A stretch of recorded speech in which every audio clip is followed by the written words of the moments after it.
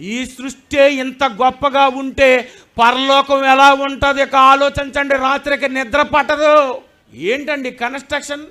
ఎక్కడి నుండి వెళ్ళినా దేవుని చూడొచ్చట. ఈ లోకంలోనైతే ఎక్కడి నుండి వెళ్ళినా సూర్యుని చూడొచ్చు సాయంత్రం వరకు. కానీ దేవుడట, ఒరే నువ్వు ఎక్కడ ఉన్నా నన్ను చూడాలి, నేను ఎక్కడ ఉన్నా నిన్ను చూడాలి.